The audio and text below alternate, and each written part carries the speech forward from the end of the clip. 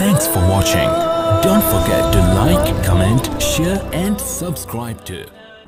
अस्सलामुअलैकुम नाज़रीन, आप देख रहे हैं कुरानिक एजुकेशन सेंटर। मैं हूं आपका मेज़बान मोहम्मद फैज़ान। हमारे साथ मुफ्ती मोहम्मद मुज़म्मल साहब मौजूद हैं। आज हम मुफ्ती साहब से क्वेश्चन करेंगे। मुफ्ती साहब, वैसे तो कुरान पाक की माशाल्लाह बहुत सारी सूरतें हैं, बेशक सूरत आले इमरान जो है इसकी फजीलत हमारे नाज़रीन को बताएं। बिस्मिल्लाहिर्रहमानिर्रहीम। अस्सलामु अलैकुम वरहमतुल्लाहि वबरकातुहू। अल्लाहुम्मा सल्लि अला सय्यिदिना व मौलाना मुहम्मदिन व बारिक वसल्लिम। कोई शक नहीं है इसमें कुरान मजीद की बहुत सारी सूरतें हैं। 100+ 114 सूरतें कुरान पाक में नाजिल हुई हैं। तो फजीलत तो ज़ाहिर है, हर सूरत की अपनी फजीलत है। अगर पूरे कुरान को देखा जाए तो उसकी फजीलत भी अपनी जगह। बल्कि एक फरमान मुझे याद आ गया, नबी करीम सल्लल्लाहु अलैहि वसल्लम ने फरमाया, क़यामत के दिन जब बंदा अपनी कब्र से उठेगा ना, तो उसके सामने एक शख्स खड़ा होगा जी। वो पूछेगा कि तू कौन है? तो वो कहेगा मैं कुरान हूँ जिसे तू ज़िंदगी में तिलावत किया करता था। नूरानी चेहरा होगा। तो ये भी फजीलत है। अब सूरह आले इमरान के मुतल्लिक़ हज़रत सैयदना उस्मान इब्न अफ़्फ़ान रदी अल्लाह ताला अन्हु आप इरशाद फरमाते हैं कि नबी करीम सल्लल्लाहु अलैहि वसल्लम ने फरमाया कि अगर कोई शख्स सूरह आले इमरान की तिलावत करके सो जाए तो अल्लाह खालिक कायनात सारी रात उस बंदे को सोया हुआ है, लेकिन उस बंदे का सोना भी उसके लिए इबादत बन जाता है। सुभान अल्लाह, सुभान अल्लाह। वो भी उसके लिए इबादत बन जाता है।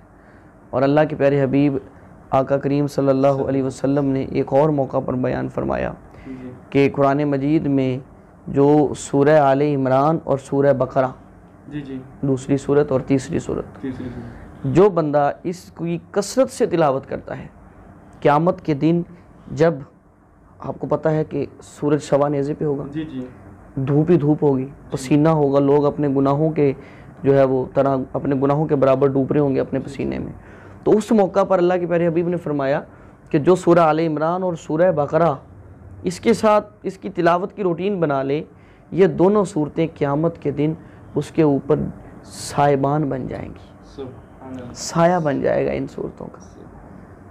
तो कुरान पाक की फजीलत तो अल्लाह के प्यारे महबूब ने खोल खोल के बयान कर दी जी। अगर आज भी हम कुरान से दूर हैं तो ये हमारी कमज़ोरी है ना। आज भी अगर हमने कुरान से अपना रुख फेरा हुआ है, कुरान से हमने अपने आप को कुरान से गाफिल किया हुआ है, तो ये तो हमारी कमज़ोरी है। कुरान तो आज भी हदायत का ज़रिया है। कुरान तो आज भी रहनुमाई फरमाता है। कुरान तो आज भी मेरे मसलों का हल मुझे देता है। अब मैं कमज़ोरी दिखा रहा हूँ कि मैं कुरान तक जा नहीं रहा। कुरान को मैंने अपने घर की अलमारी में गुलाफ में डाल के वो ऊपर वाले खाने में रख दिया है, यहाँ तक कि आज उसके ऊपर मिट्टी पड़ी होगी और मुझे ये तौफीक नसीब नहीं होती कि उतारूँ, उसको पढ़ूँ, उससे अपने लिए रहनुमाई तलाश करूँ।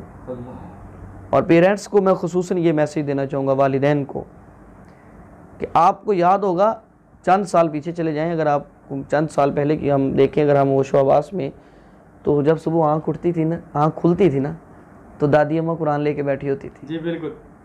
आँख खुलती थी तो अम्मा जान कुरान लेके बैठी होती थी। आँख खुलती थी तो जो है वो बाबा जान तिलावत करते नज़र आ रहे होते थे। तो कुरान का यानी इतना शगफ़ और इतना रिवाज था हमारे घरों के अंदर, जो बदकिस्मती से आज नज़र नहीं आ रहा। और यही वजह है कि हमारे घरों के हालात आपके सामने हैं। हम चाहते हैं घर का सुकून आए तो वही पुराना ज़माना ले आए। इस्लाम की जदीदियत, इस्लाम का मॉडर्न होना यही है कि ये अपने महबूब के ज़माने के करीब चला जाए। बिल्कुल। तो जैसे जैसे लोगों का मॉडर्न होना ये है कि वो आने वाली सदियों के साथ दौड़ने की कोशिश करते हैं, जबकि हमारा हुस्न ये है कि हम मदीने वाले के ज़माने में लौट जाएं, उन्हीं से वाबस्ता हो जाएं, उन्हीं के साथ जुड़ जाएं। इसी में बका है कि कुरान से वाबस्ता हों। कुरान वाहिद हदायत का ज़रिया है आज के ज़माने में। बिल्कुल, बहुत बहुत शुक्रिया मुफ्ती साहब जी। तो नाज़रीन, बहुत ही प्यारी गुफ्तगू हुई, आपने सुनी। अगले सवाल के साथ फिर हाज़िर होंगे, तब तक के लिए हमें इजाज़त दीजिए। अल्लाह हाफिज़। Thanks for watching.